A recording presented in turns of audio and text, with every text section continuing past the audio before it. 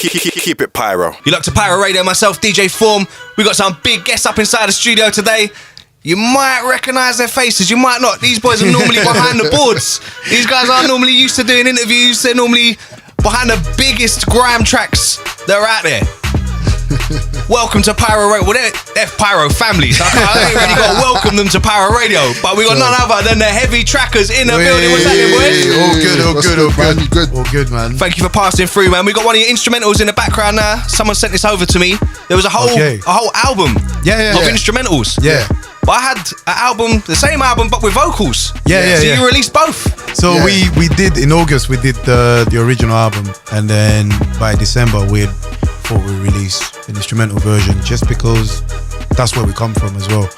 And people like instrumentals, and they just like to vibe. So sometimes they'd rather mute the vocals. So why not just give them the album and then give them the instrumental version of it? For DJs, exactly. That's what we need. We need instrumentals, especially when we've got MCs. Yeah, exactly. We need the instrumentals, and there are some sick instrumentals on here as well. Like Thanks, you boys, quality-wise and technically, I'd say a little level above some other people that are out there. The sound is crisp, it's all on point. Yeah, thanks, man. Very well crafted. Yeah. So I get the impression you two have probably been around for a little while. This just ain't Fruity Loops straight out of the box. This is some little bit of craft there. So tell us the history. How long you boys been about? I think over 13 years now. Yeah. Doing it. Yeah, since we're. But you're young lads. So what? You're 23? Yeah. Nah, mate. I wish. Started at 10. I wish. No. Started at 18, man. This is a good. Yeah, you can kind of round up the numbers there. Yeah. Started at 18, I can't and count, mate. a good 13 years ago. Now we're talking kind of. Yeah. So, but yeah, now we've done the rounds. Tried to get our music out there. Some people liked it, some people didn't like it. Yeah. You know, but you keep doing it, you keep making music, and then hopefully one day someone catches onto it, and then and it sticks. Yeah, So basically. You work together, but you both work separately as well, didn't you? Yeah, your own individual stuff. So what was your first solo track that sort of first hit the airwaves, the one that sort of cemented you as producers individually? I think at that time anyway, we was always working together. HeavyTrackerz was always a whole thing, but it's just that we was just doing experimenting in other genres. But in general, like the first track was on Logan. It was like a instrumental on Kiss Big FM. up Logan. I can't remember that track exactly. I remember we stayed up. Yeah, we stayed up for that one. Just to hear it and just hear our name kind of thing. Yeah. And then now you're like, yeah, I'm in there. So yeah, that was then times. Yeah. And the most, I guess the biggest one probably have to be German Whip. In 2014. And then after that it just carried on, like the Stormzy stuff. So we see Wiley tweet something. Is it this week? It was last week. People kept tagging us to it. Yeah. So he said that brought grime back. If he says it, I think he's right, to be honest, because I think there was not many tunes circulating around that charted. Yeah. That was the only tune that charted, to be honest. So, especially at that time. So that's the only tune that charted in number 13 officially. So I think as well, like at the time as well, there was like a dip. There was a couple of years where everyone kind of stopped doing grime, and then shout out to Meridian Dan. Yeah. And it always takes one person to kind of do that. And I remember at the time we were doing like a bunch of seminars and blah blah blah, and the seminars were titled Grime 2.0. Yeah.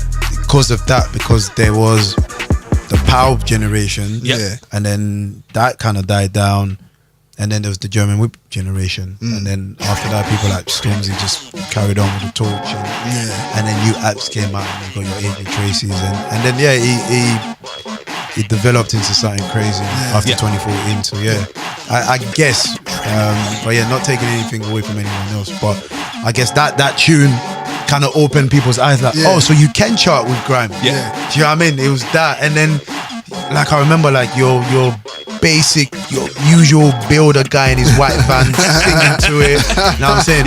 School kids singing to it and little things like that, and then you would be like on Meridian Dan's page and seeing that and like raw. It's taken off. Yeah, literally anyone like from London, and before grime was a London thing. Yeah. German Whip, it was a UK thing. It was some you know, some guys in Norfolk or whatever just getting hammered. But the remix had some of the Birmingham boys on there as well, didn't it? It was Socks and JK on there. We had JK was on it.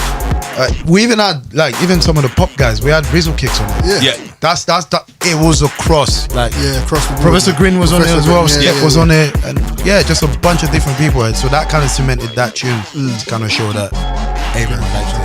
It was like different genres, and it still works. So that's like a big success of yours. But what's your all-time favourite? What's like your favourite individually HeavyTrackerz track that you've made? Individually, I think it's part of the album. The album that we just released in August. Yep. For me, it would be a track called "Feel the Love," and there's another track with Dogs on it. Yep. Yeah, that's one of my favourites as well. So, what about yours? I think my favourite would probably be the one I probably not hated the most, but at the time I wasn't sure, was Stormzy's one, which was Not That Deep. Yeah. And he eventually went on to win a mobile. At first I wasn't sure about it. Yeah. Because I was like, let's not retweet that, we're not sure. Yeah. That was one. Off the album, there's so many tunes, but I like Control with Jamie and P Money. Yeah, big. Only reason because while we were doing the album, we was going through that kind of stuff, like with labels and management and things like that. And it's like, you know what? It's my thing. I am in control. It literally said what was written on the tin. Like, it's the Ron Seal of tunes. Yeah. It was that. It was exactly that. Seal it bang.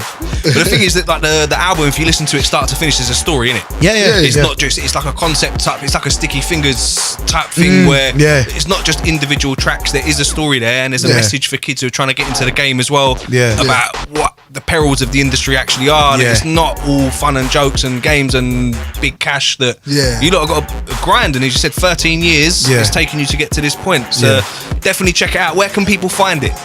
Oh, they can find it online, Spotify, iTunes. Go to our page and you'll find it there. Like, literally just type in the HeavyTrackerz and Odyssey will come up.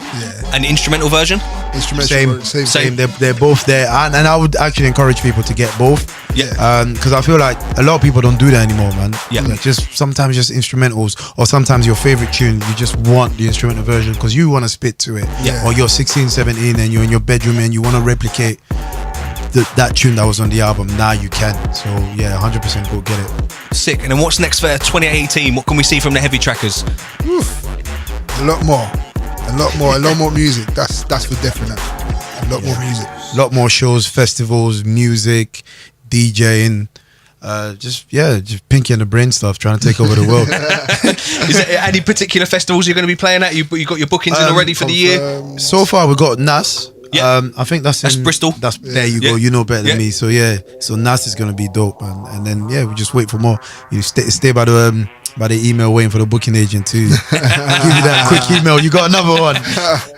Sick. So where can people find you guys online individually? Where can we hit you up? I'm at the HeavyTrackerz on all socials, apart from the Twitters. Twitter's one was HeavyTrackerz by itself. So at HeavyTrackerz or at the HeavyTrackerz. We don't really care about our own personal ones. It's a lot of narcissistic pictures and selfies, so don't worry about that. But just go to the HeavyTrackerz one. Wicked. Thanks for passing through, guys. Cheers, man. Thank you. Nice one. Keep it pyro.